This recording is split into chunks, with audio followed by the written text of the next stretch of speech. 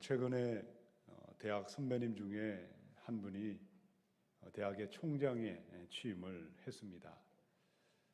그 말을 들었을 때에 한 대학 교수님의 말씀이 생각이 났습니다.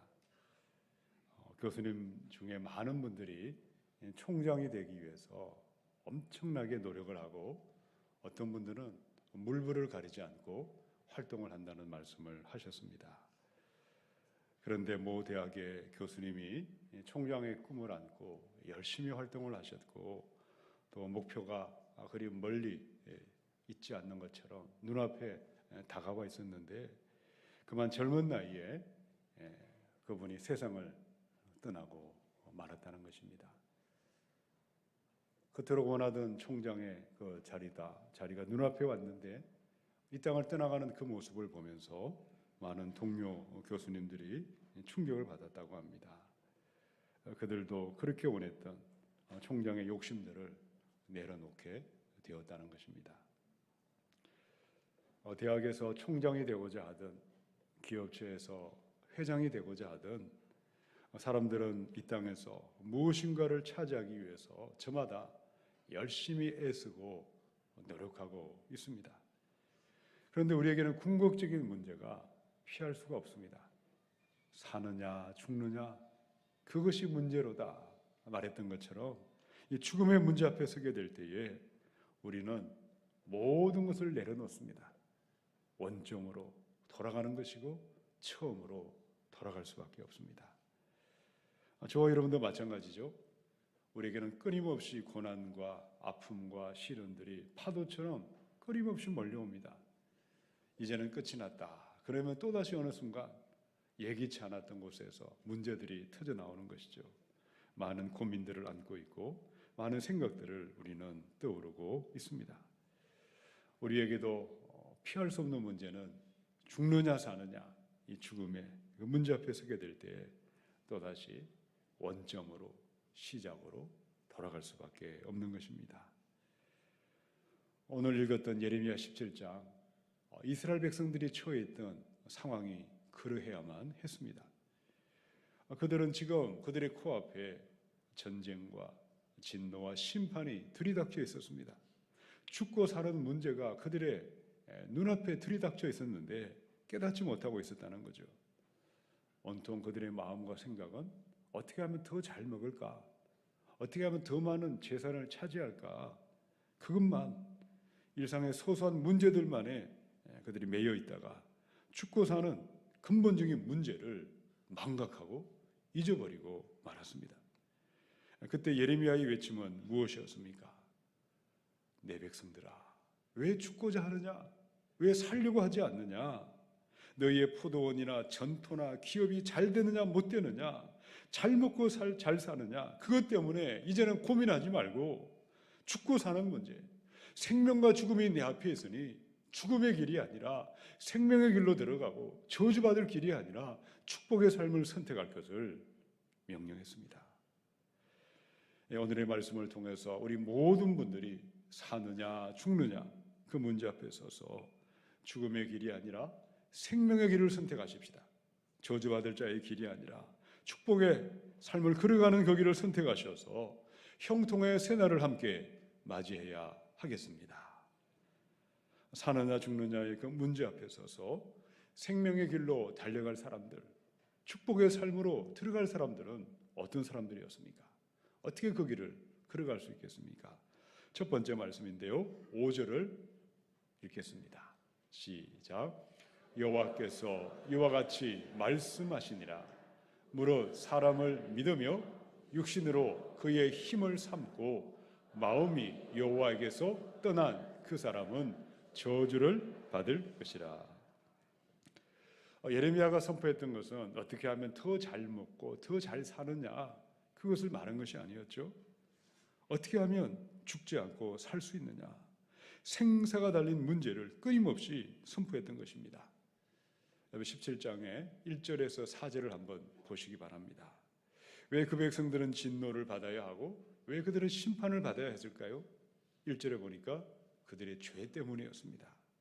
그 죄는 금강석의 철필로 그들의 가슴에 새겨져 있어서 부인할 길이 없었습니다. 제단의 끝에도 그 죄들이 새겨져 있었습니다. 2절에 보니까 그들의 아들, 딸까지도 우상 숭배가 자손들에게도 만연해 있었다는 것이죠. 그들의 결과는 3절과 4절에서 예루살렘은 노략질을 당할 것이고 너희는 이방 백성의 종이 되어 너희가 알지 못하던 땅으로 끌려가리라. 죽고 사는 문제가 들이닥쳤으니까 정신을 차려서 죽음이 아니라 생명을 택하고 저주가 아니라 축복의 삶을 택해야만 했습니다. 자, 5절의 말씀을 보니까 왜 그들이 어떻게 어디서 넘어졌는지, 그들의 죄는 구체적으로 어떤 죄악인지를 그들에게 말씀했습니다. 5절의 말씀을 공동번역으로 제가 한 번 더 읽어드리겠습니다. 나에게서 마음이 멀어져 사람을 믿는 자들, 사람이 힘이 되어주려니 하고 믿는 자들은 천벌을 받을 것이다. 자기 자신을 믿고 있고 세상을 믿고 있고 마음이 하나님에게서 멀어져 있는 사람들은 죽음의 삶으로 변하게 되어 있습니다. 이 땅에 사는 동안에 그들에게는 끊임없는 고통과 저주의 삶이 사라지지 않습니다. 살아있으나 죽어 있는 삶이고 지옥의 심판만이 그들을 기다리고 있는데요. 자, 6절에 보니까 예레미야가 하나님을 멀리하고 마음이 떠난 사람들, 저주받은 자들의 모습이 어떠하다고 묘사를 했을까요? 6절을 읽겠습니다. 시작. 그는 사막의 떨기나무 같아서 좋은 일이 오는 것을 보지 못하고 광야, 간조한 곳, 건건한 땅, 사람이 살지 않는 땅에 살리라. 저주받은 사람들의 모습은요, 사막에 있는 떨기나무와 같다.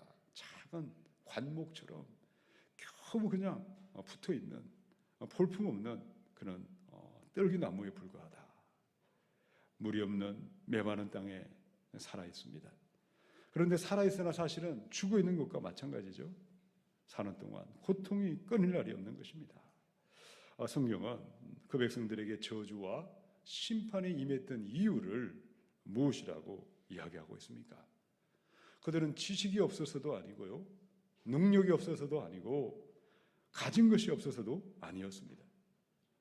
너무나 많은 지식도 있었고 가진 것도 많았고 능력도 많았는데 그들은 하나님을 의지하지 않고 사람을 의지하고 이집트와 같은 세상의 강대한 나라가 우리를 구원해 주리라고 그렇게 그들의 마음이 한마디로 하나님에게서 멀어져 있었고 마음이 하나님으로부터 떠나버렸기 때문이었습니다.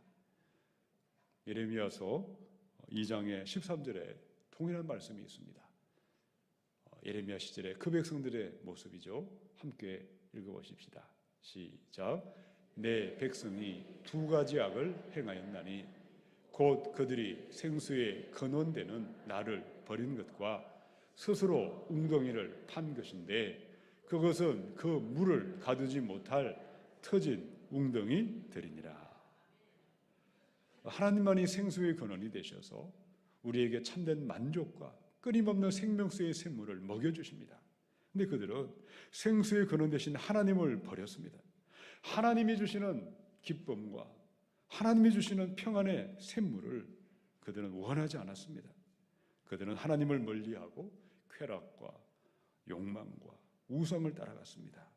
세상 끝에서 기쁨을 찾았고 평안을 찾았는데 그것은 마치 썩어있는 고여있는 웅덩이 속의 물, 악취가 나는 그 물을 마시면서 그것을 좋아하고 즐기던 모습과 마찬가지였다는 거죠. 수많은 세월이 흘러갔지만 우리의 모습은 어떠합니까? 지금도 많은 사람들은 어떠합니까? 하나님이 아니라 돈과 재물과 만몬의 신을 그들의 마음에 숨기고 있습니다. 세상에 주는 기쁨과 즐거움과 욕망을 더듬어 찾아가고 있고 방황하는 것입니다. 에스겔 14장의 6절의 말씀입니다. 너는 이스라엘 족속에게 이르기를 주 여호와의 말씀에 너희는 마음을 돌이켜 우상을 떠나고 얼굴을 돌려 모든 가증한 것을 떠나라. 인간의 본성은 저절로 하나님을 멀리하게 되어 있습니다. 우린 가만히 내버려두면요, 우리 마음은 점점 하나님이 사라져버리고 나중에 하나님이 완전히 온데간데 없이 떠나가 버리는 것입니다.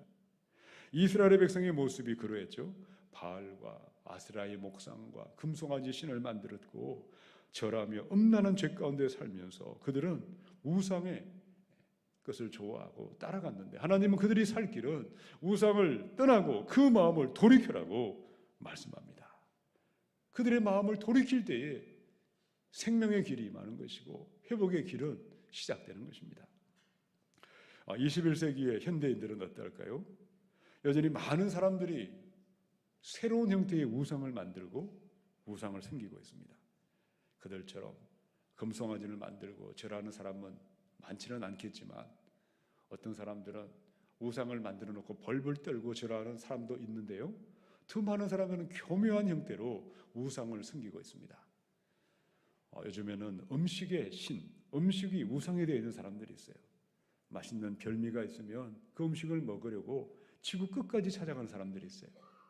그리고 또 어떤 사람들은 욕망과 욕정의 우상을 만들고 거기에 매여 있습니다.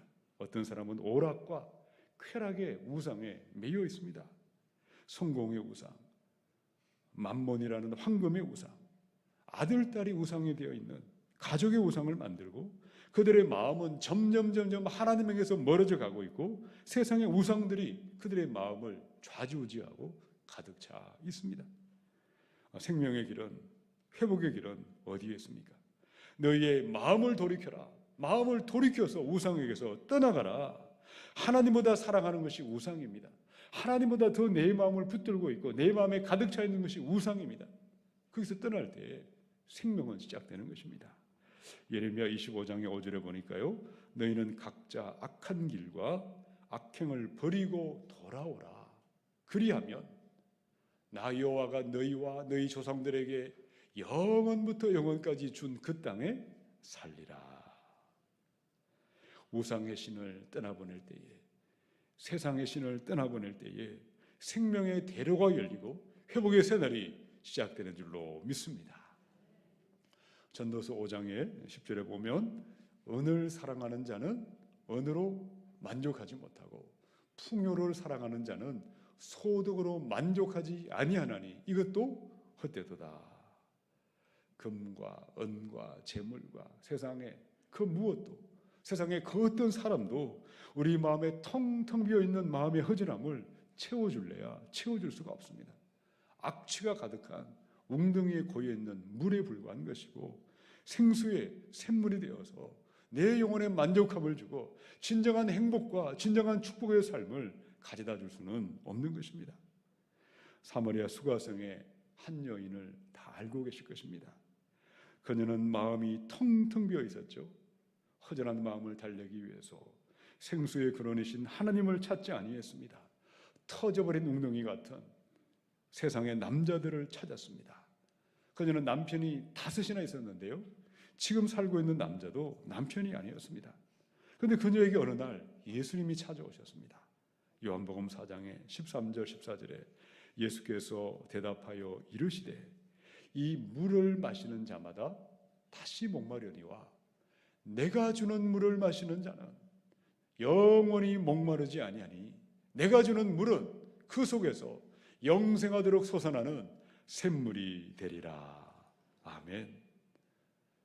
내 마음에 텅텅 비어있는, 내 마음의 모든 갈증과 갈망을 채워주시는 분은 생수의 근원이 되시는 오직 예수님만이 우리 마음의 허전함을 채워주시고 우리 마음의 공허함을 달래주시는 줄로 믿습니다. 오늘 우리의 마음과 생각은 무엇으로 채워져 있습니까? 사마리아 여인처럼 하나님보다 세상을 더 사랑하고 있다면 돈이든 남자든 여자든 쾌락이든 세상의 영광이든 이 땅의 것은 터져버린 웅덩이에 불과하다는 것을 기억해야 되겠습니다.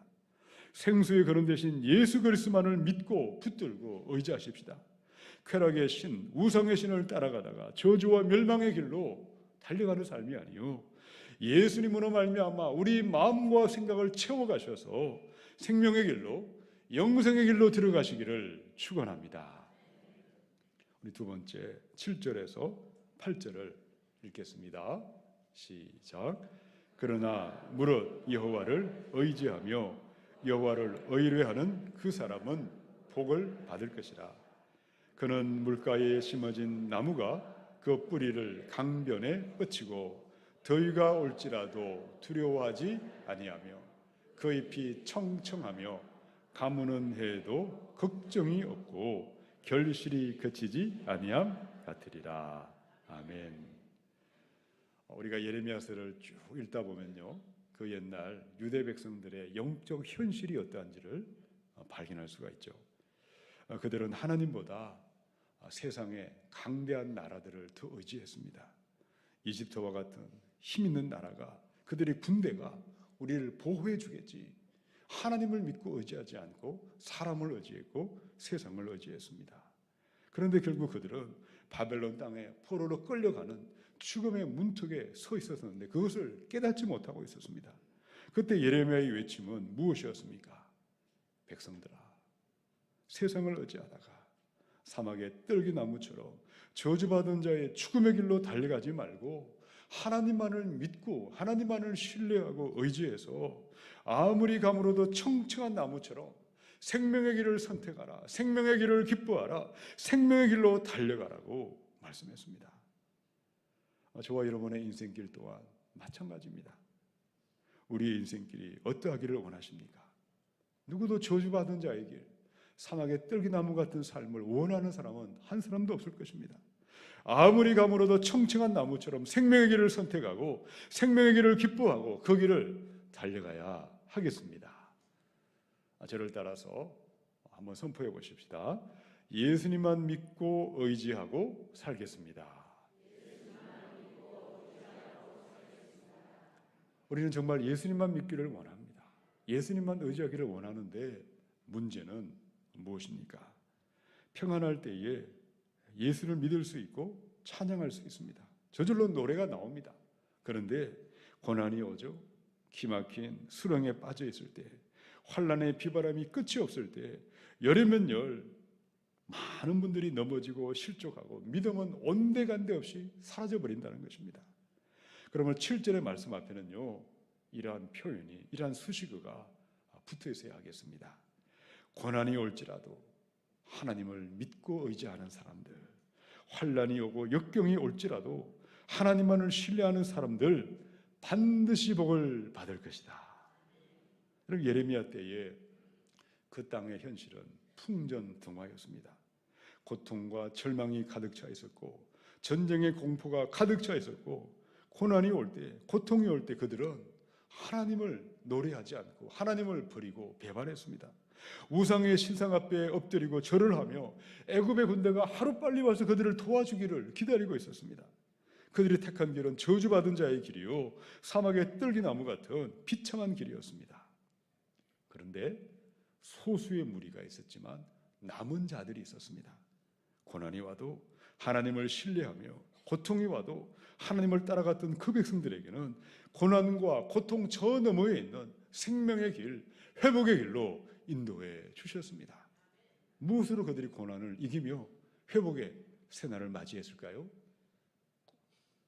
예레미야 25장의 10절로 11절에 보니까요, 내가 그들 중에서 기뻐하는 소리와 즐거워하는 소리와 신랑의 소리와 신부의 소리와 맷돌 소리와 등불 빛이 끊어지게 하리니 이 모든 땅이 폐허가 되어 놀랄 일이 될 것이며 이 민족들은 70년 동안 바벨론의 왕을 섬기리라. 예레미야가 선포했던 예언의 말씀이죠. 고난 가운데도 선지자 입을 통해 선포된 계시의 말씀을 믿었고 그 말씀을 붙들었고 70년의 때가 지나가면 예루살렘이 회복되리라, 이 땅이 회복되리라 믿음으로 나아갔던 그들에게는 고난 중에도 하나님을 붙잡았고 시냇가의 나무처럼 생명의 날을, 회복의 날을 맞이하게 하신 줄로 믿습니다. 누구도 고난과 고통의 때를 피해갈 사람은 한 사람도 없습니다. 나는 고난에서 열애입니다, 나는 아닙니다, 그렇게 말할 사람은 한 사람도 없죠. 모든 사람마다 제각각 자신만의 고난과 아픔과 고통이 있고 시련이 있습니다. 근데 성경은 이 고난과 고통의 유익에 대해서 말합니다. 고난이 있기 때문에, 고통이 있기 때문에 하나님 우리를 시험하십니다. 우리의 믿음이 참된 믿음인지 아니면 병들고 죽어있는 믿음인지 옥석을 구분하는 믿음의 테스트가 고난을 통해서 우리에게 임하는 것입니다. 여러분 야고보서 1장의 2절로 4절에 보니까요. 내 형제들아 너희가 여러 가지 시험을 당하거든 어떻게 하라고요? 온전히 기쁘게 여기라. 이는 너희 믿음의 시련이 인내를 만들어내는 줄 너희가 알미라. 인내를 온전히 이루라. 이는 너희로 온전하고 구비하여 조금도 부족함이 없게 하려 함이라. 고난이 올 때 우리의 믿음이 바른 믿음인지 정말 하나님 앞에 시냇가의 청청한 나무와 같은 그런 삶으로 들어갈 믿음이 되어 있는지 우리를 하나님이 테스트하는 것입니다. 누가 고난이 올 때 고난을 이겨내고 고난 너머에 있는 생명의 땅으로 들어갈 수가 있겠습니까? 하나님의 진리의 말씀, 생명의 말씀이 마음에 새겨 넣는 사람들, 약속의 말씀을 붙들고 포기하지 않고 나아가는 자들에게 이기며 승리하게 하실 줄로 믿습니다. 믿음은 들음에서 나고 들음은 하나님의 말씀으로 말미암습니다. 날마다 내게 주시는 하나님의 말씀이 있을 때에 그 말씀을 붙들고 나아갈 때에 고난 중에도 이기며 참고 견디고 인내로 승리하게 하실 줄로 믿습니다. 고난당하는 분들이 계십니까? 힘들고 어려운 일들이 있으십니까? 낙심하지 마시고 실망하지 마시고 약속의 말씀 앞에 서시기 바랍니다. 말씀을 붙드시고 말씀을 의지하며 나아가셔서 어떤 문제 앞에도 요동하지 마시고 온전하고 구비하여 조금도 부족함이 없는 사람들로 생명과 회복의 땅으로 함께 들어갈 수 있기를 축원합니다. 우리 세 번째 9절에서 10절을 읽어보십시다. 시작. 만물보다 거짓되고 심히 부패한 것은 마음이라. 누가 능히 이를 알리오마는 나 여호와는 심장을 살피며 폐부를 시험하고 각각 그의 행위와 그의 행실대로 보응하나니. 아멘. 우리 하나님은 어떤 분이십니까? 심장을 살피고 폐부를 시험하신다. 마음을 꿰뚫어 보세요. 배속까지 훤히 들여다보시는 하나님이십니다. 잠언의 16장 2절에 보니까요. 사람의 행위가 자기 보기에는 모두 깨끗하여도 여호와는 심령을 감찰하시느니라. 하나님 우리의 심령을 감찰하세요. 마음의 깊은 속까지도 훤히 들여다보십니다. 마음을 살피시는 하나님 앞에서 인간의 본성과 인간의 마음은 어떠하다고 말씀했을까요? 9절에 보니까 만물보다 거짓되고 심히 부패한 것이 무엇이죠? 마음이라. 여러분 예레미야 시절에 그 백성들의 마음이 어땠을까요? 겉으로는 안식일을 지켰습니다. 성전에 올라갈 때마다 양과 염소와 송아지의 피를 뿌리며 하나님을 제사하며 나아갔습니다. 입에는 찬송과 거룩을 외치며 살았습니다. 그런데 그들은 마음의 중심에서부터 하나님을 예배하는 마음을 잊어버리고 말았습니다. 하나님이 그들에게 원하는 것은 양과 염소와 송아지의 피가 아니었습니다. 하나님의 임재 앞에 나아갈 때마다 상하고 애통하는 마음을 원하셨습니다. 가난하고 낮은 마음을 원하셨습니다. 거룩하고 정직한 새 마음을 원하셨습니다. 그럼에도 그 백성들은 그들의 마음을 고쳐먹지 않았습니다. 마음을 기경하지 아니했고 가롭지 아니하고 마음을 새롭게 하지 아니하다가 저주와 죽음의 길로 달려갔고 진노와 심판의 땅으로 끌려가고 말았던 것입니다. 존 번전의 철로의 역정을 알고 계십니까? 철로의 역정을 보시면 주인공이 크리스찬 기독도가 있습니다. 장망성을 출발합니다. 멸망의 도시입니다. 장차 망하기로 되어 있는 성입니다. 그 땅을 떠나서 영원한 하늘의 예루살렘을 향하여 순례길을 떠날 때에 그가 가장 먼저 놓여 있던 것은 바로 절망의 구렁텅이에 그가 들어가야만 했습니다. 절망의 구렁텅이에는요 많은 교인들이 허우적거리고 있었습니다. 그들의 겉모습은 예배하고 있었고 그들 입에는 찬양도 있었고 그들은 말씀도 듣고 있었는데 그들의 마음은 어떻게 되어 있었을까요? 강대상에서 아무리 선포되는 말씀을 듣고 들어도 그들의 마음에는 변화가 일어나지 않았습니다. 때때로는 지적으로 동의도 하고 고개도 끄덕끄덕거리기도 하고 양심의 가책을 받기도 하고 감정적인 반응도 나타나기도 했지만 그들의 삶은 어땠을까요? 아무것도 변한 것이 없었어요. 사랑과 희락과 화평, 오래 참음, 자비와 양선, 충성과 온유와 절제라는 성령의 열매가 전혀 맺혀 있지 않았습니다.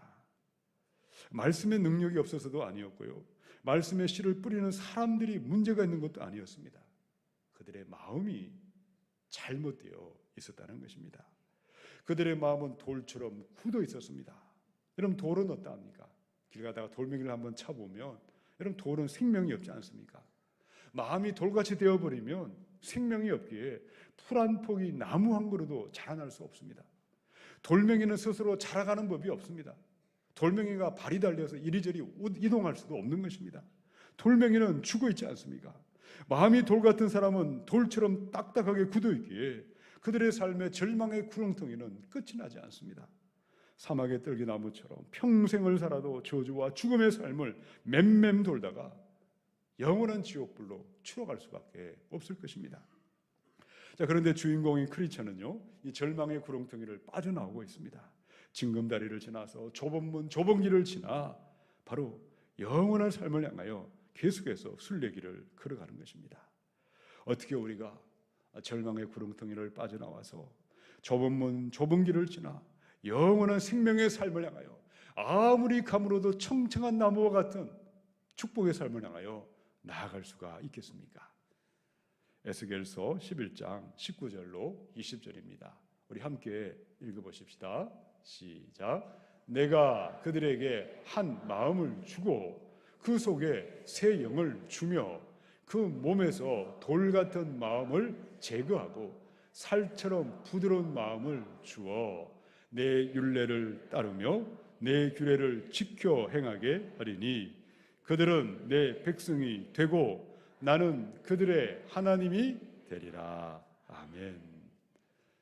우리 사람의 마음에는요, 의로운 마음과 불의한 마음, 두 가지 마음만 존재하고 있습니다. 사람의 본질은 부패하고 타락하여 선한 마음이 없습니다. 모든 인간은 다 불의한 마음을 지닌 채 태어났습니다. 그것이 돌 같은 마음인데 저절로 세상을 의지하고 저절로 사람을 따라가게 헛된 마음을 품게 되어 있습니다. 바리새인들은 자신들의 거룩함과 선행과 노력과 공로와 냄새가 나는 인간의 누더기 같은 의의를 가지고 의로운 마음을 얻을 수 있다고 착각하며 살았습니다.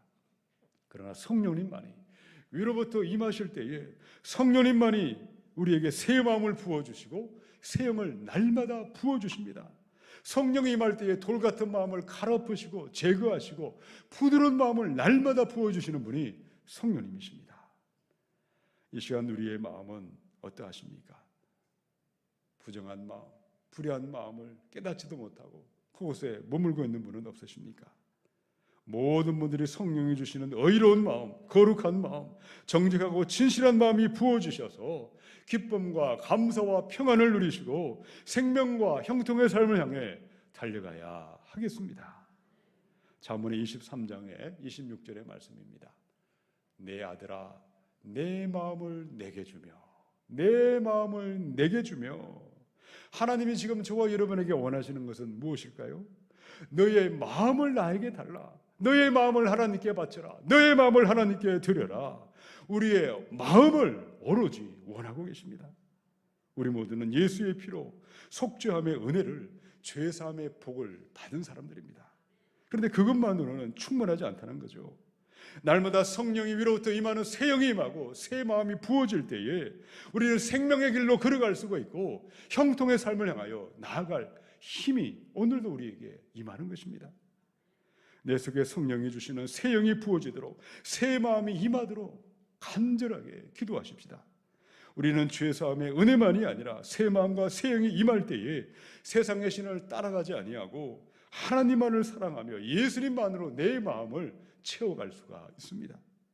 내 마음에 새 마음과 새 영이 부어질 때에 고난이 오고 환난이 오고 역경이 있다 할지라도 흔들리지 아니하고 말씀을 믿고 붙들며 예수만을 믿고 의지할 수가 있는 것입니다. 예수님의 영 성령님이 부어질 때에 거짓된 마음, 부패한 마음, 불의한 마음을 미워하고 떠나가는 것이고 시냇가의 청청한 나무처럼 생명의 길을 향하여 형통의 대로를 향하여 회복의 새날이 임하게 될 줄로 믿습니다. 참 좋으신 성령님은 언제나 함께 하십니다. 성령님을 환영하시고 성령님을 인정하시고 성령님의 이름을 불러보시고 여러분의 마음에 모셔드리시기 바랍니다. 성령이 주시는 새 마음 새 영이 임하셔서 생명과 회복의 삶을 향하여 힘차게 나아갈 수 있기를 주님의 이름으로 축원합니다.